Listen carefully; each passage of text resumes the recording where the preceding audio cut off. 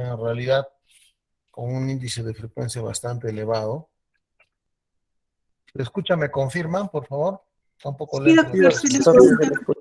Sí se le escucha bien. Ya, sí, y la enfermedad varicosa básicamente se da por la dilatación de las venas, ¿no? Como su nombre lo señala, y puede haber lesiones superficiales y profundas, ¿no? Un 15 a 20% de la población puede padecer de esta patología y en general, con más incidencia en las damas, las mujeres, de un 60 a 70% de este tipo de problemas. Los sistemas que se van a ver afectados en la patología varicosa es el sistema venoso superficial, que tiene como principales representantes a la safena interna y a la safena externa. A la safena interna también se le denomina como safena magna o safena mayor, ya la safena externa también se le conoce como safena menor o safena parva, ¿no? El sistema de perforantes es la unión entre el sistema venoso superficial y el sistema venoso profundo, con algunas comunicantes o sistemas de perforantes que van a presentarse básicamente entre la unión de estos sistemas. Por otro lado, vemos el sistema valvular, que también es otro tipo de los componentes, ¿no? De la enfermedad varicosa, que puede ser dañada. Acá tenemos un sistema de válvulas, como lo ven acá en pantallas, donde normalmente la enfermedad venosa va a afectar y va a dañar este tipo de válvulas para que haya un reflujo, ¿no? Entonces, podemos ver el sistema venoso superficial y el sistema venoso profundo. El sistema venoso superficial está compuesto por la safena mayor, que es esta la de acá, que va desde la región premaleolar, la cara lateral interna del muslo, la pierna y el muslo, y llega a la unión safenofemoral, donde está el triángulo de Scarpa. Aquí tenemos la vena arciforme y las comunicantes que van a darse entre el sistema superficial y profundo. El sistema venoso profundo está a este nivel, por debajo de los músculos, encima de los huesos, ¿no? Y se llama profundo porque está coberturado efectivamente por la aponeurosis y los músculos. En cambio, el superficial no, está en el tejido celular subcutáneo. Entonces, esta es la safena mayor o safena magna o safena interna, le dicen, porque está hacia la cara interna o cara medial de la pierna. En cambio, la safena, el otro sistema venoso superficial sería la safena parva o safena menor o safena externa. Esta safena externa va desde el maleolo externo, por la parte media sólea gemelar, hasta el hueco popliteo. Un 60% de casos llega al hueco popliteo y un 40% puede llegar a 3, 4, 5, 7 centímetros por encima del hueco popliteo. Entonces, una distribución bastante, digamos, que en algunos casos podría ser no tan regular, en el caso de la safena externa, ¿no? Entonces, tenemos la safena mayor, a la safena menor, como componentes del sistema venoso superficial. En cambio, el sistema venoso profundo va a tomar las denominaciones como si fuera el sistema arterial. Así como hay una arteria femoral, habrá una vena femoral. Si hay una arteria poplitea, habrá una vena poplitea como parte del sistema venoso profundo, ¿no? Y así sucesivamente habrá una tibial posterior, tibial anterior, etcétera. Acuérdense que al lado de las arterias retornan las venas satelitales, ¿no? Eso es lo que es importante y relevante mencionar. Aquí tenemos claramente el sistema venoso profundo y superficial y las comunicantes o perforantes que perforan la aponeurosis, como lo ven ahí, ¿no? Perforan la aponeurosis de manera directa o indirecta. Tal es así que cuando son directamente se llaman perforantes directas, perforantes o comunicantes indirectas, cuando es de otra manera, ¿no? Cuando no siguen un trayecto directo, sino pueden hacer una curvatura o de repente conectarse a otras venas aledañas, ¿no? Eso es importante. Y aquí tenemos la falla, el problema fisiopatológico de la enfermedad varicosa, ¿no? Sabemos que como en la figura de la izquierda, vemos que el sistema de retorno venoso lleva la sangre de abajo para arriba, tal como muestran las flechas. Entonces, apertura lo que es la válvula, ¿no? Y luego va ascendiendo y las válvulas van cerrando progresivamente hasta llevar el retorno venoso hasta la parte cardíaca. En cambio, cuando hay una falla varicosa, como ven en el lado derecho, va a haber fallas tanto en el sistema venoso superficial como en el sistema venoso profundo. Entonces, en vez de que haya un ascenso de la sangre venosa, puede haber también un retroceso, ¿no? Entonces, eso puede ocurrir. Y entonces, en ese sentido, vamos a tener que ver que ahí van a presentarse dilataciones en las venas, generando, por supuesto, un daño mayor. Pueden haber cambios tróficos, lipidodermatosclerosis, una, un acartonamiento de la piel, etcétera, etcétera. Entonces, el daño venoso puede llegar a comprometer tejidos blandos, la piel, tejido celular subcutáneo, etcétera, etcétera. Entonces es uno de los componentes en la fisiopatología de esta enfermedad. Lo mismo acá, vamos viendo que los sistemas venosos deberían ir en ascenso, la sangre venosa debe ir de abajo para arriba, sin embargo, en problema varicoso podría haber un retroceso, ¿no? Entonces, eso es así. En el sistema de en la función del sistema venoso, vemos que el retorno venoso a nivel del sistema venoso profundo se va a dar en un 90%, y el sistema venoso superficial, quiere decir la vena parva, la vena magna, básicamente desarrollan un retorno venoso del 10%. Y si hablamos de reserva venosa, vamos a ver que la reserva venosa en los adultos que tiene una volemia de 5 litros. Tenemos como reserva venosa un 15% de la circulación menor, un 10% en el sistema arterial, un 5% en los capilares, 0,5% en el sistema linfático, un 70% en el sistema venoso, ¿no? Los miembros inferiores podrían desarrollar o movilizar volúmenes hasta de medio litro en el componente venoso, ¿no? Eso queda como una reserva. Aquí vemos que durante la marcha, justamente los estadios de pie o estar muchas horas parado, muchas horas sentado, pueden generar problemas de estasis venosa o falla de venas internas, o sea, insuficiencia venosa profunda. Pero en cambio, durante la marcha esto puede disminuir porque van a empezar a trabajar las bombas musculares, que son los gemelos y el sóleo, ¿no? Entonces, las válvulas también pueden compensarse de mejor manera, y el sistema de la suela venosa de Leyers, este es un sistema en el que hay componentes como tendones, músculos que van a permitir la movilización de la articulación calcáneo-astragalina y hacer un mejor retorno venoso, ¿no? Entonces el mecanismo de retorno se va a empeorar cuando uno está parado, hay un 64% de resistencia. Cuando uno está sedentariamente llevando sus actividades y mucho ejercicio, habrá un 28% de posibilidades de desarrollar enfermedad venosa profunda, y cuando está caminando, menos cantidad, ¿no? Claro que no quiere decir que van a estar caminando todo el tiempo, pero sí podemos utilizar sistemas de elastocompresión como vendas, medias antivaricosas cuando tenemos el antecedente de tener falla venosa, ¿no? Entonces, ¿por qué se producen estas venas varicosas? Por falla del tono de la pared venosa, por fallas de las válvulas, por fallas congénitas de nacimiento. Es un alto porcentaje, un 70-80% de enfermedad varicosa es por una herencia, ¿no? Y pueden darse varices por enfermedad adquirida, ¿no? Por ejemplo, el síndrome prostrombótico, en traumatismos, ¿no? En problemas linfáticos. Aquí vemos claramente que muchas de las causas de la enfermedad varicosa se da por sedentarismo, ropa ajustada, exposición al calor, sol, saunas, aguas termales, sistemas de calefacción muy cercanos a los miembros inferiores, ¿no? Los embarazos, métodos anticonceptivos, ¿no? El árbol genealógico de la herencia, la obesidad, sobrepeso también genera varices, la edad, fumar, no hacer ejercicios y las trombosis como síndrome postrombótico puede generar enfermedad varicosa. Hay diferentes grados de clasificación, la mayoría de ellos se relaciona a lo que es la clasificación CAP, ¿no?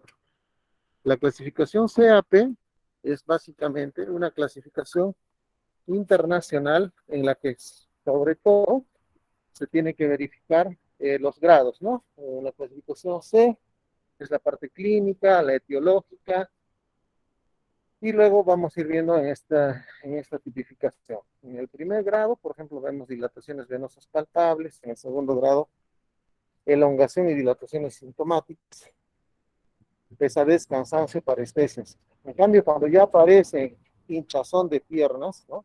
Tercer grado, proyectos varicosos, edemas, ahí sí vamos a ver dilataciones fusiformes, saxiformes, sufrimiento cutáneo, dermatitis, pigmentación, eczema, ¿no?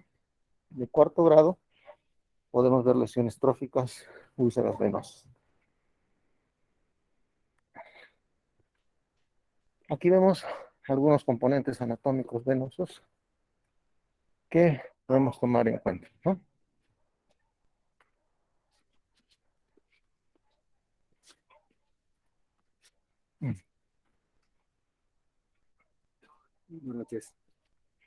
Entonces acá, por ejemplo, vamos a ver las ramas de la escarpa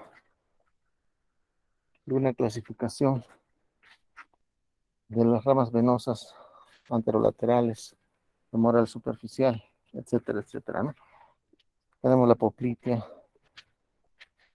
el arco venoso dorsal, todo que relacionado al componente venoso, sistema venoso profundo y superficial.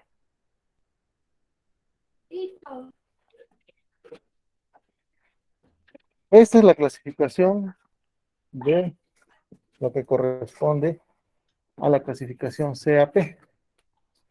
La clasificación CAP prácticamente está en todas las guías de práctica clínica, ¿no? Y acá podemos ver, por ejemplo, en la letra C, que corresponde a los hallazgos clínicos, como habíamos mencionado anteriormente. En el 0 no hay signos visibles o palpables de lesión venosa. Hay presentación de telangiectasias y venas reticulares en el C1. En el C2, varices propiamente dichas o varices epifaciales. En el C3 habrá edema, ¿no? Entonces, ustedes la denominación o cuando ustedes ya vayan pensando en un grado 3 de varices, tienen que preguntarle al paciente que si tiene o no tiene edema. Si tiene edema, con mayor razón uno dice, efectivamente estamos entrando en un grado 3 a más de una patología venosa, ¿no? La C4, digamos, muestra cambios cutáneos relacionados a la patología venosa, pigmentación ocre, lipodermatosclerosis, o sea, el acartonamiento de la piel se endurece, ¿no? Ahora eczema, unas lesiones descamativas en la piel, que es parte ya de una clasificación C4, que sería una clasificación 4A, una 4B, por supuesto con mayor cantidad de hallazgos. La C5, cambios cutáneos con úlceras cicatrizadas, o sea, heridas que curaron. Y la C6, cuando ya son úlceras que no sanan, ¿no? Úlceras que no cierran. Entonces, eso respecto a la parte C. Si hablamos de lo que sería la letra E, ¿no? Primero, en lo que es la letra E, podemos hablar de la etiología. S, cuando es una enfermedad congénita. EP, cuando es una enfermedad primaria o sin causa conocida. Y la ES, cuando es la enfermedad varicosa, se presenta en base a una alteración secundaria, como una tromboflebitis, un síndrome postrombótico, un traumatismo, ¿no? Y bueno, la A describe los hallazgos en el Doppler. Si son AS, corresponden a venas superficiales. AP con venas profundas, venas perforantes, son las otras comunicantes que están que están dando conexión entre el sistema superficial y profundo, ¿no? Y la P, que hace referencia a la fisiopatología. PR cuando hay reflujo, PO cuando hay obstrucción, PR y O cuando hay ambos. Tanto puede haber reflujo, o sea, un retroceso del componente venoso, y una obstrucción. Entonces, eso es lo que podemos ver. Y así podemos ir viendo diferentes clasificaciones. Hay clasificaciones de Nicolaides, hay clasificaciones clínicas, hay clasificación de Widmer, Porter, en realidad hay varios estadios. Que esto básicamente son como ejemplos para que lo tomen en cuenta, pero lo que a nosotros nos interesa es la clasificación CAP, ¿no? Entonces es así, de acuerdo a lo que hemos visto, la parte clínica de la clasificación, podemos tener telangiectasias, venulectasias, varices reticulares, arañitas vasculares, ¿no? Podemos telangiectasias y venulectasias, son esas venitas medias verdosas, amarillas y azules. Las reticulares que se presentan a manera de red, que son también superficiales, como se logra ver. Luego vemos, igual más venas reticulares, la corona maleolar o puede haber corona plantar, que son básicamente varices alrededor de la planta, o perimaleolares, esas son coronas maleolares, plantares o perimaleolares, ¿no? Y aquí vemos la safena interna, como hemos visto, de la región premalleolar hacia la parte superior. Acá hay válvulas que se logran distinguir y algunas colaterales varicosas. Lagos venosos que se pueden presentar, ¿no? También. Y esto tiene mayor connotación porque tiene mucho flujo de retorno y lesión ulcerativa que puede generar cambios, manchas, cambios tróficos, eczema ocre, y esto puede generar a la larga úlceras, ¿no? Este es un tipo de varice congénita, es la externa de Albanese, ¿no? Sistemas de externos de Albanese, donde se presentan enfermedades congénitas del sistema básicamente e imperforantes en muslo. Pueden haber problemas como el Klippel-Trenaunay, que son unos síndromes congénitos donde hay patología varicosa importante y que requiere hacer un buen análisis Doppler para ver si se va a recurrir a una intervención o no. Lo mismo acá en la enfermedad varicosa, podemos ir detallando. Aquí son componentes de venas tortuosas, ¿no? De la parte que corresponde a la safena mayor. Lo mismo acá, seguimos viendo el daño, ¿no? Tromboflebitis superficiales, varices perimaleolares, ¿no? Mayor componente de daño a ese nivel. Aquí de la misma manera, ¿no? Cambios, manchas, eczema ocre, ¿no? Cambios tróficos, de igual manera, en todo el trayecto de las afenas. Lesiones atróficas a nivel de las úlceras maleolares. Igual acá, bordes irregulares, superficiales y extensos, patología ulcerosa venosa. Lo mismo a este nivel. Podemos tener también, por la clasificación etiológica, varices esenciales y varices secundarias, como habíamos hablado. Las varices esenciales por deficiencia valvular, por alteración de la pared venosa, por incompetencia de las venas comunicantes. Y en la clasificación etiológica se va a dar por problemas postlevíticos o del síndrome postrombótico, por fístulas arteriovenosas, cuando ha habido un traumatismo previo, podemos tener ese tipo de daños. Luego, si vamos a hablar también de lo que sería la clasificación etiológica, vemos que en un 95% se pueden deber estas causas de varices a enfermedad primaria o esencial, aspectos hereditarios o con factor de riesgo, y la etiología secundaria, lo que hemos mencionado, son procesos obstructivos, trombofleíticos, fístulas y displasias vasculares. Eso es más de la clasificación CAP, clase 1, 2, 3 y 4. La diferencia es siempre preguntarle al paciente si tiene edema, ya estamos hablando de un 3 a más, ¿no? Si tiene cambios tróficos, ya es 4. Clase 5, heridas que sanan, y clase 6, heridas que no sanan, ¿no? Y bueno, la clínica es ya conocida, y cuando un paciente tiene patología varicosa puede tener dolor, cansancio, pesadez, prurito, calambres, caída del vello, edemas, pigmentación atrocianótica, induración celulítica, eczema, dermatitis, ¿no? ¿Y qué complicaciones podríamos tener? Flebitis, tromboflebitis, varicoflebitis, varicorracia cuando hay lesiones sangrantes, ¿no? Que muchas veces ya requieren procedimientos quirúrgicos.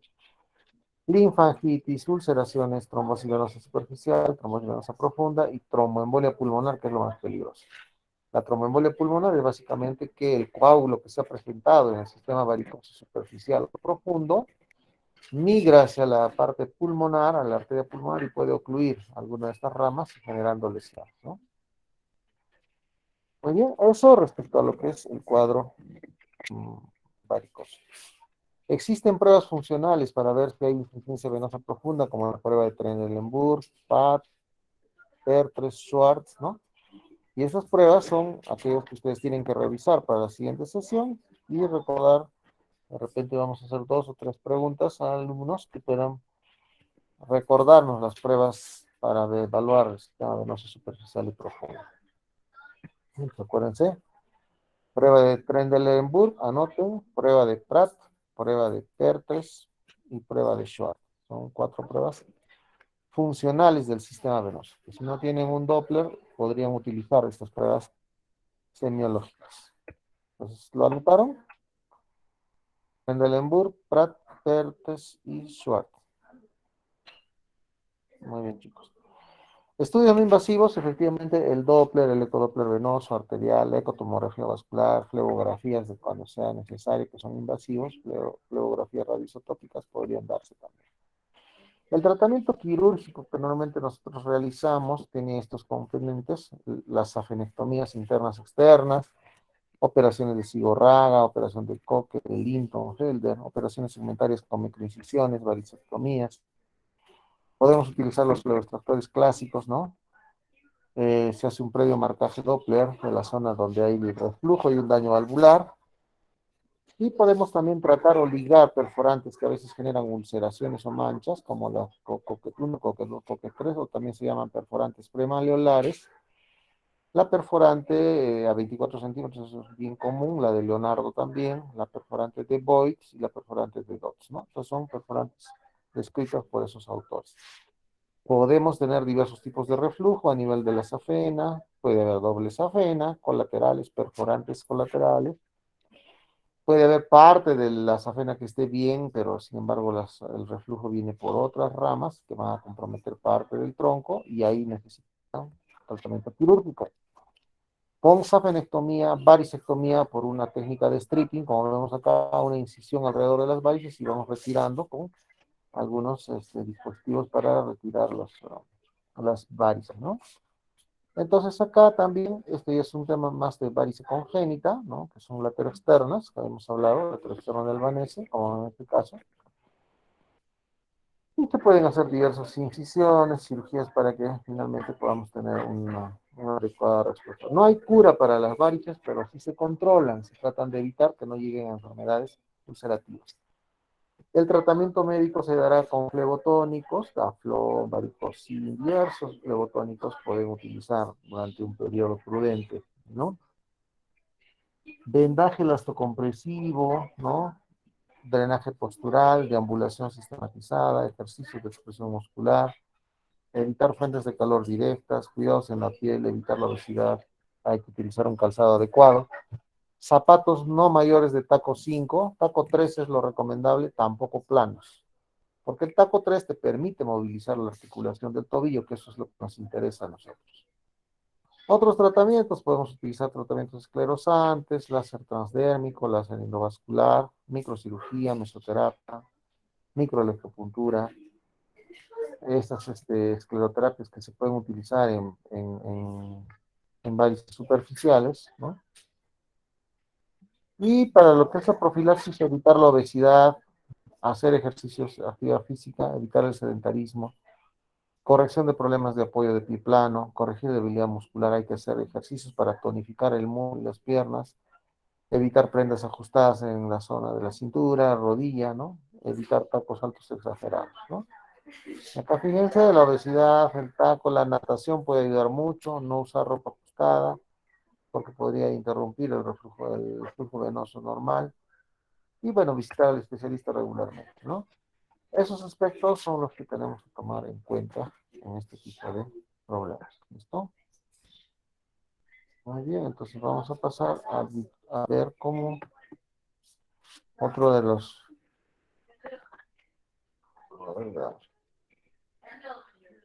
¿Hasta acá alguna pregunta? ¿Está todo claro? ¿Tenemos dudas? Doctor, ¿este procedimiento se hace acá en Cusco? ¿Cómo dice? ¿Este procedimiento se realiza acá en los hospitales en Cusco? Ah, claro, todos esos los hacemos, por supuesto. Safenectomías. Bueno, ablación láser lo hacemos en la parte privada, ¿no? En el seguro no tenemos láser, ¿no? Porque se considera como un tema estético, pero en realidad realizamos todos esos procedimientos. Hay también procedimientos con radiofrecuencia, con crioterapia, y últimamente hay unos modernos tratamientos con colas biológicas que son los bioglues, que se cierran las afenas que están enfermas con estos dispositivos, ¿no? Entonces esas afenas, claro, los costos son bastante onerosos, pero sí también ya no necesitas cortar ni tapar con el láser, sino se puede cerrar como un pegamento por dentro de la vena, evitando que no llegues al sistema venoso profundo, y bueno, puedes cerrar la vena con este dispositivo, también existen, ¿no? Cuando hablamos de problemas ulcerativos, como es el caso en particular, hay diferentes tipos de ulceraciones. Por ejemplo, ¿y por qué se dan? Por el desconocimiento precisamente de la causa. Si es que es una enfermedad venosa profunda, o es una enfermedad superficial, o si es una enfermedad del linfático, es una enfermedad del lipedema por la obesidad, a veces pacientes que son muy gorditos o gorditas, ¿no? Pueden tener mucho tejido celular subcutáneo y eso genera a la larga lipedema, o sea, la grasa se acumula con líquido y a ese problema se conoce como lipedema, ¿no? Entonces tenemos el lipedema, tenemos el linfoedema, el fleboedema, ¿no? ¿Cuál es la diferencia? El fleboedema es netamente un reflujo, una resistencia al retorno venoso por problema varicoso y que, por ejemplo, cuando el paciente descansa en la noche y al día siguiente amanece la pierna deshinchada, porque puede haber edema en la noche, nocturno, y al día siguiente baja totalmente el edema. Ese es un fleboedema. En cambio, si el edema o el hinchazón de piernas está en la noche con el progreso del día, al día siguiente de descansar, no baja el edema o el hinchazón, ya estamos hablando que está dañándose también los linfáticos. Se llama un flebo-linfoedema, ¿no? En cambio, un lipedema, ya les he hablado de la grasita en abundancia que acumula líquido, pues lipedema. Para el lipedema, para el linfedema y para el fleboedema, los tratamientos son elastocompresión, antivaricosos, a veces se utiliza cumarina en lo que son los linfoedemas, perdón, o rehabilitación venosa, ¿no? Con drenaje manual linfático, vendas, elastocompresión. Hay cintillas de drenaje que utilizan los deportistas también para disminuir el hinchazón, ¿no? Entonces, las úlceras se pueden producir por manejo inadecuado de la trombosis, por mal uso de las vendas, de las medias, el desconocimiento de la rehabilitación venolinfática o el uso de agentes físicos inadecuados. La escleroterapia es una causa de las úlceras también. Falta de una cultura flebológica, el paciente casi no va al médico, es un problema social también, porque también son enfermedades primas, hermanas, por decirlo así, que generan, digamos, un edema exagerado y eso puede ocurrir por no hacer un control, ¿no? A veces exposición al sol, traumatismos, que pueden generar muchas veces úlceras, ¿no? También tenemos que tomar en cuenta el manejo multidisciplinario. Toda úlcera vascular debe tratarse no solamente por el cardiovascular, tiene que intervenir todos los componentes endocrinológicos, el rehabilitador, ¿no? El médico, por ejemplo, si es una diabetes, si es hipertensión, el cardiólogo, porque existen también las úlceras de Martorell que son famosas porque se da por la presión elevada, presión alta, ¿no? Pues vemos acá, efectivamente, los peces, por ejemplo, tienen una cobertura de escamas que le da un sistema antigravitacional, ¿no? Por eso que pueden estar en el agua a altas presiones.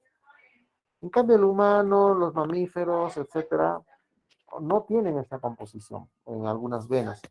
Las venas profundas sí son cubiertas por los músculos, las venas superficiales no. Entonces, al no tener una cobertura de las venas superficiales, pueden generar edema, pueden generar varices, ¿no? No tenemos, al igual que los peces, un sistema antigravitacional en la piel, ¿no?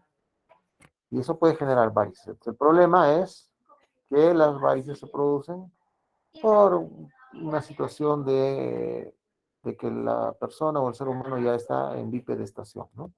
Y el problema de la enfermedad es la gravedad. Acá tenemos el corazón que tiene una bomba impelente y una bomba impulso aspirativa que tienen los músculos de los gemelos. Entonces es importante estos dos componentes. El corazón que envía sangre a los miembros inferiores y los miembros inferiores que retornan sangre al corazón. Por eso que nosotros los cardiovasculares denominamos a los músculos de la pantorrilla y del muslo como nuestros segundos corazón, ¿no? Y este es un retorno que produce un retorno venoso adecuado. Entonces, la musculatura a este nivel es importante, la articulación del tobillo, ¿no? De la bomba impulso aspirativa. Aquí está lo mismo que hemos hablado, venas superficiales perforantes profundas, las perforantes, ¿no? Ya hemos visto esta fisiopatología, este tipo de ejercicios sí tenemos que hacerlos, ¿no? A 30 grados para disminuir el efecto de la gravedad. Ya saben que cuando uno está parado hay más efecto de la gravedad en las piernas que cuando uno camina. Las perforantes que hay que revisar, las venas superficiales muchas veces desde dónde están viniendo, dónde está la causa para que podamos tratar, ¿no? Y así sucesivamente. Este aspecto fisiopatológico es importante. El reflujo venoso o problema valvular va a generar hipertensión venosa.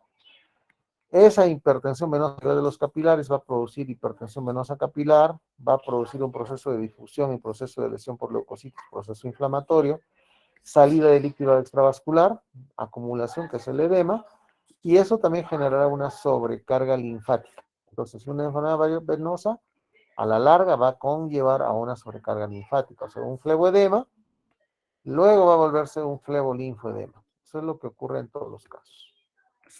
Aquí, ¿no? Tenemos un flebolinfoedema, y aparte puede tener una linfangitis también, ¿no? Puede afectar el sino de Stenberg en el dedo pulgar, que no retrae, no colapsa la parte venosa, y acabamos de ver que puede estar teniendo ya un problema linfático, ¿no? Y algunos fenómenos de éstasis que uno tiene que acordarse: pigmentación, induración, dermatitis por éstasis, que es el eczema por éstasis, celulitis por éstasis e ulceración, ¿no? Entonces están los cambios tróficos, y aquí más lesiones a nivel del malleolo del tobillo. Habrá una úlcera venosa que se va a producir por dos causas, en general, por el problema del reflujo y por la disfunción de las bombas. De igual manera, si nosotros no trabajamos, no evaluamos el trofismo muscular, o sea, cómo está la capacidad de contracción del músculo de las pantorrillas o los muslos, y si no movilizamos, pues se vuelve acá como un pie de elefante, sin movilizar el rango articular, tenemos problemas y puede generar úlceras y enfermedad venosa crónica. Y en la pletismografía de aire, que es un estudio que realizamos para ver cómo está la falla venosa profunda. Aquí vemos algunas presiones, lo que significa esta serie de casos básicamente dice: a mayor presión venosa o incidencia dentro de las venas, mayor posibilidad de ulceración. Entonces, importante hacer el trabajo con los sistemas musculares, ¿no? Y aquí vemos claramente por qué se utilizan medios antivarices en compresiones mayores a 10, 15, 20 milímetros de mercurio, porque tienen que hacer un efecto reverso a lo que son las presiones de la atmósfera, ¿no? Una persona normovenosa caminando tiene 30 milímetros de presión en la pierna. Un varicoso esencial puede llegar hasta 45, y un postrombótico la presión es muy elevada, 60-70% milímetros de 60-70 milímetros de mercurio en las piernas. Entonces eso hace que haya edema, hinchazón, obviamente, pese a el manejo que se está dando, ¿no? Esa es la explicación por qué algunos pacientes que tienen muchas cuerdas varicosas, cordones varicosos, no tienen úlceras, y por qué algunos que no tienen mucha úlcera, digo muchas varices, pueden tener grandes úlceras. Porque la falla puede ser de las bombas venosas, ¿no? Esta es la clasificación de Nicolaides, también que habla de los grados de varices. Y este es lo que sí me interesa que recuerden: el síndrome fleboartrósico se produce por anquilosis de la articulación del tobillo o la tibia astragalina, se produce por atrofia de la bomba muscular gemelar, se produce por hipertensión venosa permanente, para una úlcera refractaria, etcétera, etcétera, ¿no? Entonces es importante. Entonces acá vemos cómo la articulación es la que manda y que puede tener complicaciones si no hace lo necesario dentro de la rehabilitación, ¿no? El Doppler vascular, el Doppler venoso, que nos sigue ayudando a determinar, y la pletismografía de aire. El Doppler venoso nos va a ayudar más con el sistema venoso superficial, en cambio la pletismografía de aire, una vez, bueno, es menos frecuente su uso, ¿no? Es un trombo en una vena femoral que puede ir tranquilamente a la arteria pulmonar y generar serios problemas. Y aquí tenemos, obviamente, que cuando se presenta una trombosis en el eje iliofemoral, acá como en este caso, a la larga dice que el 80% de los pacientes.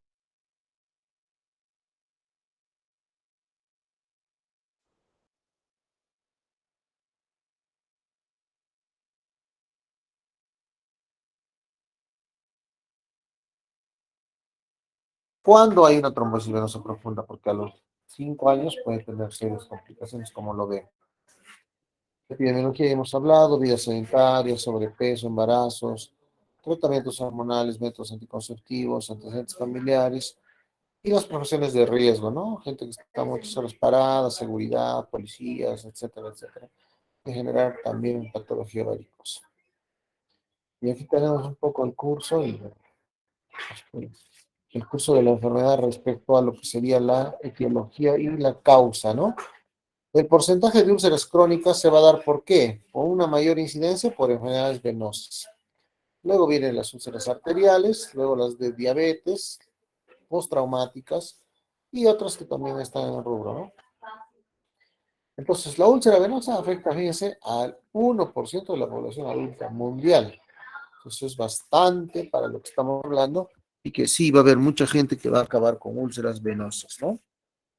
Entonces, la etiología que hemos hablado es una insuficiencia valvular primaria, un síndrome postrombótico o una insuficiencia de perforantes. ¿Cuál es el enemigo de las úlceras venosas? Nosotros lo que tenemos que hacer cuando vemos una úlcera no es estar limpiando con alcohol, con agua oxigenada, yodo, no. Primero tenemos que controlar la infección con un antibiótico adecuado y el hinchazón con un diurético. La infección, ahí sí utilizaremos antibióticos, pero de acuerdo a escala también. ¿Eso quién lo tiene que valorar? El colega con el que, bueno, ¿quién valora? Normalmente los infectólogos pueden valorar los estudios de diagnóstico como el hemograma, ¿no? Hemograma, PCR, y hay que ver las alteraciones. Si hay calor en la piel, si hay un poco de rubor y hay edema, podemos hablar de celulitis que tenemos que primero tratar con antibióticos, ¿no? Entonces, el tratamiento va a depender de la etiología de la úlcera, del estadio clínico de la úlcera, si la úlcera ya está 1 año, 2 años, 3 meses, 4 meses, de eso va a depender mucho del tiempo de duración de la úlcera, del factor socioeconómico, ¿no? Y el fracaso del tratamiento es cuando no le a la causa de la enfermedad, ¿no? Si el tratamiento de la úlcera venosa está frecuentemente influenciada a factores socioeconómicos, ¿no? Y una vez que se han determinado las causas de las características hemodinámicas de la úlcera, se debe elegir el mejor tratamiento para el paciente. Entonces, no es necesariamente la cirugía el mejor tratamiento, sino el tratamiento conservador. Luego vienen las cirugías y el esclero. Entonces, la úlcera, para que mejore el reflujo de úlcera venosa, sería el tratamiento con elastocompresión y rehabilitación, que es lo primero que hay que tomar en cuenta, ¿no? El vendaje o venas medias anteriores. El éxito del tratamiento no es que la herida se cierre, sino el éxito es que no vuelva a repetirse la herida, ¿no? O recidiva, en un porcentaje. Todos los pacientes deben ser sometidos a tratamiento conservador agresivo para mejorar las condiciones de la piel, eliminar el edema y mejorar la úlcera tanto como sea posible. Las secuelas de hipertensión venosa crónica, como el edema, eczema, celulitis y dermatosclerosis, mejoran notablemente con dos simples medidas: reposo en cama, con la pierna levantada a 30 grados, y la posición de Trendelenburg y la compresión con las venas. Una vez que se ha obtenido el grado óptimo de mejoría, se debe tomar la decisión sobre si se debe continuar o no definitivamente con el tratamiento conservador. ¿Ya? O si el paciente necesita un tratamiento quirúrgico, perdón. El tratamiento conservador, ¿para quienes está prácticamente reservado? Para pacientes sedentarios, con edad avanzada, pacientes con enfermedad crónica. A ellos se trata de no intervenir, ¿no? Personas mayores de 90, etcétera, ¿no? En cambio, para quienes está reservado el tratamiento quirúrgico, sobre todo para personas más activas, jóvenes, disciplinados, que van a utilizar sus ejercicios, sus medias antivarices, que van a utilizar bombas, mejoramiento de la bomba muscular de la pantorrilla, ¿no? A ellos se les da el tratamiento quirúrgico, sobre todo. Y bueno, el tratamiento obviamente va a ser que se cierre la úlcera, ya sea por un tratamiento conservador o quirúrgico, y eso va a depender del Doppler y de la pletismografía. ¿Qué ejercicios de rehabilitación podemos usar para las úlceras venosas? Ejercicios activos pasivos, que normalmente existe una secuencia: drenajes linfáticos manuales, el ultrasonido para evitar la fibrosis de la articulación, para que no se endurezca la articulación del tobillo. Se podrá hacer hidroterapia, magnetoterapia, electroterapia, fortalecimiento de los músculos por corrientes rusas como el EMS, el TENS, ¿no? Que es la electroterapia. Ejercicios de rehabilitación, como vemos acá, ¿no? Entonces hay que evitar la atrofia. Acá, por ejemplo, se tiene que dar ese tipo de ejercicios, ¿no? Amicletos, elastocompresión y las acciones del vendaje. El vendaje tiene 4 o 5 funciones importantes: reducir el edema, disminuye los dolores de la anoxia tisular, disminuye la inflamación, baja la temperatura cutánea cuando hay un calor localizado por efecto de la insuficiencia venosa profunda. Puede generar disminución del calibre de las varices, aumenta adherencia de la pared del coágulo cuando hay trombosis y acelera la velocidad de la sangre, favoreciendo la eliminación del trombo, ¿no? También pueden haber algunas botas como la bota de una para disminuir el edema. Puede haber este vendaje Telescopage del doctor Bricio, que es bien famoso, tiene inclusive un libro de puro vendaje, ¿no? Donde se hace el vendaje en espiral. Entren también a revisar cómo se hacen los vendajes en espiral y hay que hacer la misma tipo de práctica para evitar trombosis o disminuir la trombosis. Podemos ver los equipos multicapa 3 en 1, 2 en 1 de Dynaflex, el de Jobs Ulcer, el Cotton Medical Care, hay un montón de, y este es de un peruano, que es un colega mío, medidas de protección flebológica, utilizamos un sistema de doble capa, donde adentro se pone una media antivarice y una media de algodón, y luego se va a colocar en la elastocompresión, se llama un vendaje de corta extensibilidad, ¿no? Se utiliza también. Y bueno, diversos tipos de alternativas. Entonces, hay alternativas quirúrgicas, safenectomías, escleroterapia, mesoterapia, laserterapia, plasma rico en plaquetas, cámara hiperbárica, ozonoterapia para cerrar las úlceras, ¿no? Ya habíamos hablado del flebo extractor para el retiro de la enfermedad varicosa, ¿no? De la escleroterapia en algunos casos. Escleroterapia se puede hacer a este tipo de venas, sí, pero no a los troncos, ¿no? El antes y el después. Se puede usar en la cirugía láser, ¿no? Cuando se hace una incisión a nivel de la ingle, y sí se pasa por acá para poder llegar hasta la zona de la safena mayor distal y cauterizamos o ablacionamos, cerramos con ablación térmica o el calor del láser para ir sellando las venas, ¿no? Es importante, ¿no? La antes y después, el láser, se puede entrar también por esta zona, ¿no? La mesoterapia, necesario. Ya, entonces, y la mesoterapia, que es un tema de, este tipo de componentes se utilizan porque este tratamiento se llama mesoterapia. La mesoterapia, acá podemos utilizar plasma rico en plaquetas, algunos colágenos también para mejorar el componente de crecimiento, factor de crecimiento a nivel de las úlceras. Las electroterapias podemos utilizarlas para este tipo de heridas en pacientes con pie diabético, por ejemplo. Hay diversas frecuencias, ¿no? Para poder corroborar y hay que haya un crecimiento del tejido. Plasma rico en plaquetas, igual se utiliza una centrífuga, tubos para retirar la sangre. Extraemos sangre venosa de 10 a 40 ml, colocamos sangre de 6 tubos estériles, ¿no? Colocamos el anticoagulante, el citrato de sodio, y bueno, activamos muchas veces también este plasma con ozono, ¿no? Centrifugamos. Luego, una vez de que separamos los componentes sanguíneos, el componente intermedio que está acá, la serie blanca, es el plasma rico en plaquetas, es un factor de crecimiento. Entonces, con una pipeta se va a retirar, como ven acá, para luego activarlo con cloruro de calcio al 10%, ¿no? Y podemos activar las plaquetas y aplicar con esa pistolita que han visto como una mesoterapia, ¿no? O se puede utilizar también esa sustancia gelatinosa para colocarla en la herida, ¿no? Y va mejorando. Es lo que ofrecen normalmente ahora, que también lo hacemos nosotros. Podemos activar con el ozono, el plasma que se ha tenido acá, se mezcla con ozono y también se coloca alrededor de la herida como un factor de crecimiento, ¿no? Cuando hay infección y queremos oxigenar los tejidos, cámara hiperbárica, ¿no? Menos en problemas traumáticos. Esclerosis del tejido, que se puede utilizar radiofrecuencia, se puede utilizar láser, ¿no? Esta es la radiofrecuencia para el problema varicoso, sobre todo. Entonces, con la radiofrecuencia disminuimos el calibre de la vena, ¿no? Luego acá con la compresión con aparatos, que es el linfapress, se puede utilizar en problemas linfáticos. Los linfapress ya son una serie secuencial graduada con una máquina para disminuir el edema, ¿no? Vamos acá en flebolinfoedema, ¿no? Manejo flebológico del edema. Hay caminatas, ejercicios de elastocompresión de corta extensibilidad, como vemos acá.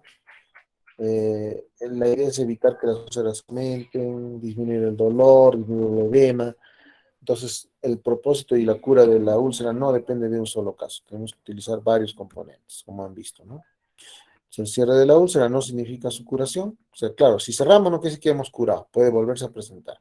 El éxito es que no se vuelva a presentar, ¿no? Bueno, acá hay algunos diagnósticos diferenciales entre úlcera vascular, úlcera por problemas diabéticos, etcétera, ¿no?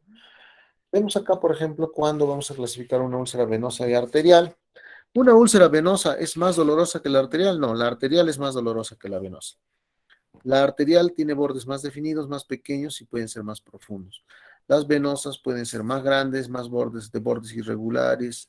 En una úlcera arterial no habrá pulsos, ¿no? Este cuadro obviamente lo van a revisar, pues básicamente para en la clase. En cambio, en las úlceras venosas habrá pulsos presentes, ¿no? Y en las neuropáticas, como la diabética, a veces hay pulsos, a veces no. El índice tobillo-brazo también es importante. Sobre todo es importante el índice tobillo-brazo en las úlceras arteriales, ¿no? El índice tobillo-brazo inferior a 0,8 ya nos habla de un mal pronóstico. Y obviamente en las úlceras venosas vamos a ayudar con el ecodoppler a diagnosticarlo. En cambio, en las úlceras arteriales se va a tener que hacer una angiotomografía o una ecografía arterial para saber cómo está el flujo, ¿no? Y para la valoración de la úlcera por diabetes es el monofilamento del diapasón, que lo va a usar el neurólogo para ver su pronóstico. Fíjense, la localización, por lo general, en úlceras venosas se presenta en el tercio inferior de la pierna, más hacia la cara supramalar interna. En cambio, las arteriales se presentan más en el tercio inferior de la pierna, sobre prominencias óseas, sobre los dedos, en el malleolo externo y talones. Entonces, son úlceras arteriales. Y la neuropática en zona de presión, sobre todo en tobillo y pie. Es un paso menos para diferenciar, ¿no? El aspecto de la enfermedad de la úlcera venosa tiene tendencia a la granulación. En cambio, la úlcera arterial tiene un fondo atrófico, como si estuviera reseco, ¿no? Hay escasa tendencia a la granulación y tiene bordes definidos. En cambio, acá, en la úlcera venosa hay bordes irregulares y son más frecuentes, ¿no? En cambio, la úlcera neuropática son más profundos, excavados, con tendencia a la granulación, bordes hiperkeratosos. Muy bien.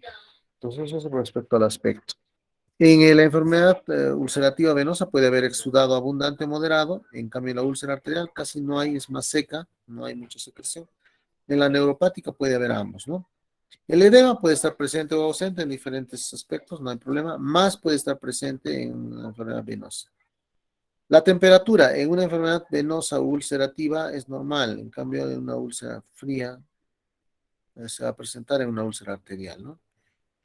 Y la neuropática se va a dar, la temperatura va a ser normal, no va a ser ni fría ni caliente, ¿no? El dolor en la enfermedad venosa es pequeño, es mínimo, salvo que esté infectada. Ahí sí duele la úlcera venosa. En cambio, la úlcera arterial de por sí es dolor intenso y sobre todo en las noches y en reposo. Si un paciente viene con una úlcera y dice que me duele intensamente y sobre todo en la noche y cuando me recuesto, probablemente es casi 100% seguro que sea una úlcera arterial. O sea, hay que ir a ver cómo está la presión alta, el tratamiento de la arteriosclerosis, todo eso, ¿no?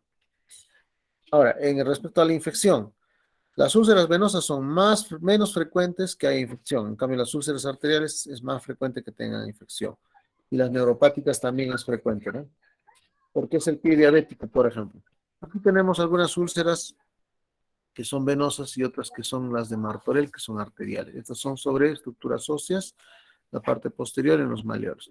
Esta es la úlcera hipertensiva de Martorell. Lo que hay que hacer acá, están diferentes localizaciones de la úlcera por presión alta. Lo que hay que hacer acá es controlar la hipertensión, ¿no? Eso ya manejo del cardiólogo y nosotros que vamos a hacer la intervención en la úlcera, ¿no?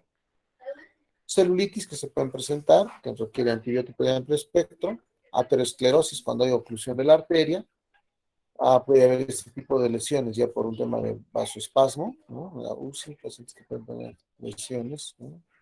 De diferente tipo. Zapatos de descarga que se pueden utilizar en pie diabético para evitar que haya compresión en la úlcera, ¿no?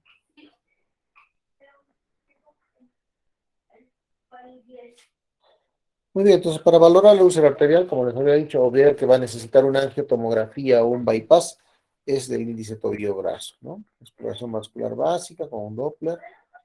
Las técnicas que sí se pueden utilizar es básicamente comparar entre la presión que se va a experimentar en el tobillo versus el brazo. Se hace una diferencial, ya que están los valores referenciales. Un ITB o un índice tobillo-brazo menor o igual a 1.30, la tensión arterial del tobillo está un tanto alta. Pero si el índice tobillo-brazo está entre 1 y 1.29, el rango es normal. Si el índice tobillo-brazo está entre 0.91 y 0.99, el límite es normal. Pero si el índice tobillo-brazo está en 0.41 y 0.90, habrá una ligera oclusión o leve sospecha de estenosis, ¿no? En cambio, si el tobillo-brazo está menor a 0.40, quiere decir que habrá una oclusión grave o sospecha de estenosis de la arteria. Ahí sí, es consultación, ¿no? Bueno, eso básicamente sería para diferenciar úlcera arterial, venosa y, en todo caso, varicosa, ¿no? No sé si hasta acá tendríamos alguna duda, alguna pregunta.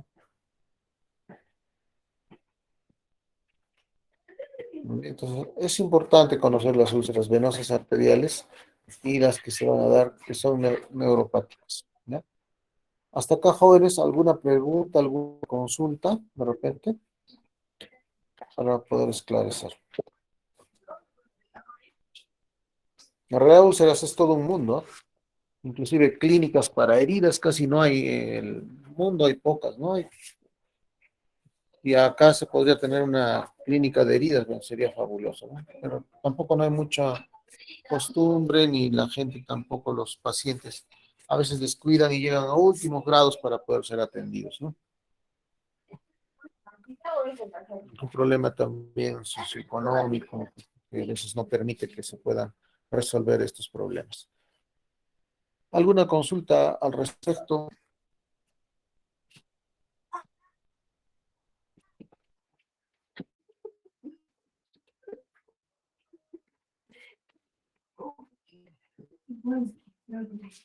A ver, voy a preguntar, ya tengo pregunta. Doctor, una consulta. A ver, Después de que un paciente ha tenido una úlcera venosa y ya está sanado, ¿es recomendable que este paciente use vendajes o las medias de compresión después de cuánto tiempo?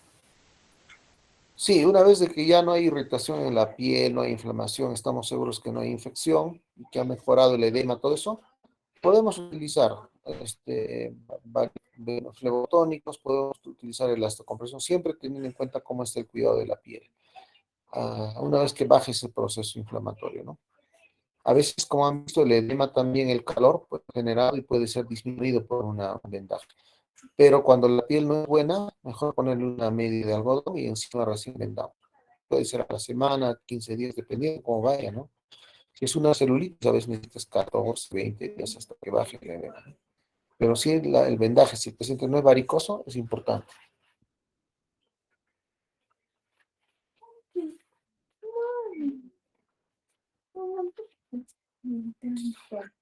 Ujú. A ver, vamos a preguntar a alguien.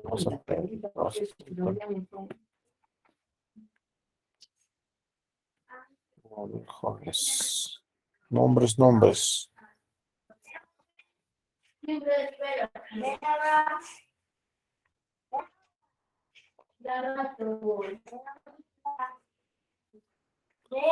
Aris Andrea Ramos. Presente, doctor. A ver, Aris, cuéntame de lo que hemos expuesto. Dame dos características clínicas de una úlcera arterial.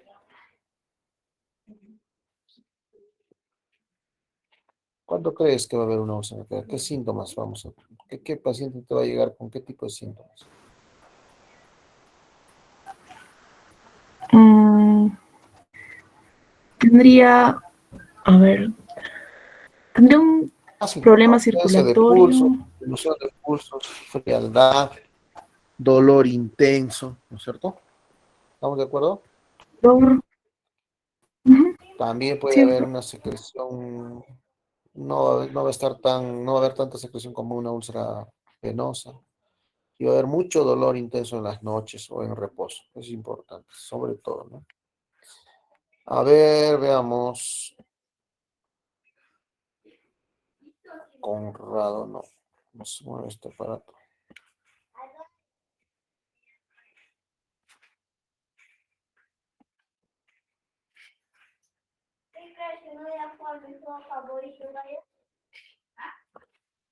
Eunice, Eunice, ¿está por ahí Eunice?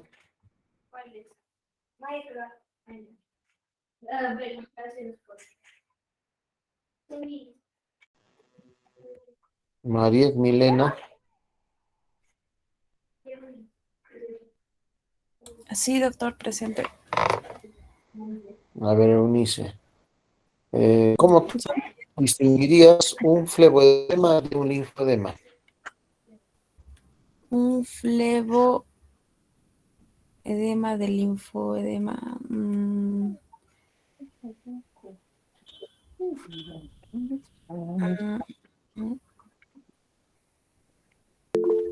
¿Qué será un fleboedema y qué será un linfodema?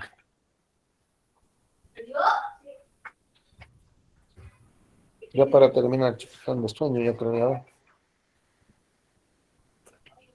Es por la acumulación de, bueno, Es un de edema venoso o un fleboedema, ¿no? Clínicamente, ¿qué cosa tienes que preguntarle al paciente para ver si ya llegó a un linfodema o todavía está en fleboedema?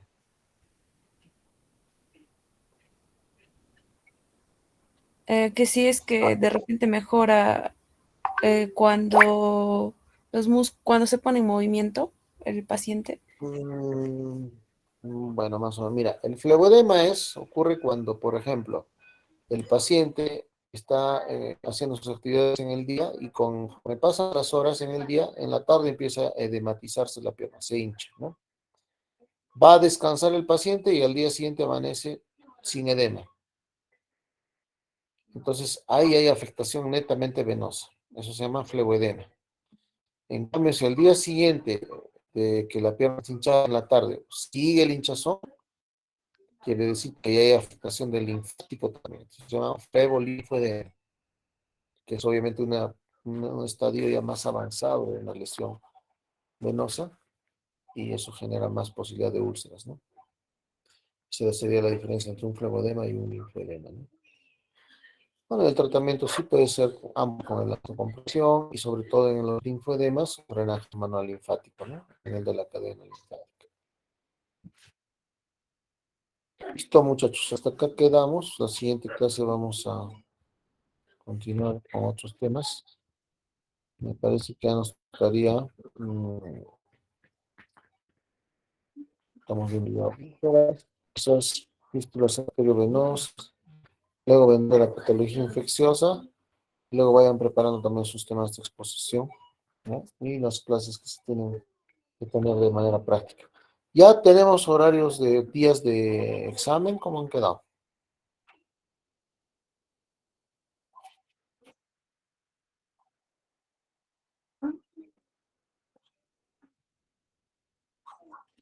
Más o menos nos van a ir dando el cronograma y de acuerdo a eso nos adecuamos nosotros, ¿ya? Pero los primeros temas son básicamente hasta la parte de infecciosas, ¿no? El segundo control ya es con patología vascular, aneurismas, parte cardíaca, ¿no? Y algunos temas ustedes saben. En el primer control básicamente llegamos hasta tuberculosis, ¿no? Tuberculosis, patología infecciosa.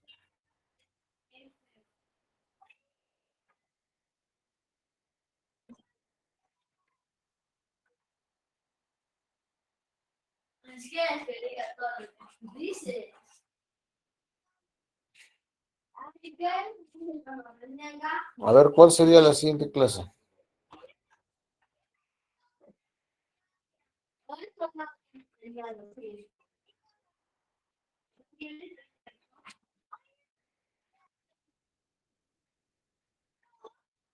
Hoy hemos avanzado como tres temas a la vez, porque ahí hemos hablado todo lo que es ulceración, hemos hablado patología varicosa, hemos hablado elastocompresión, ¿no? En tres temas que hemos hecho.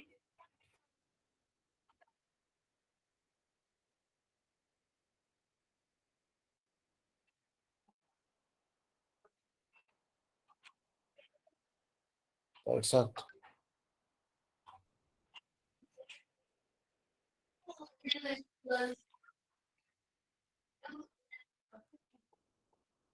Más de-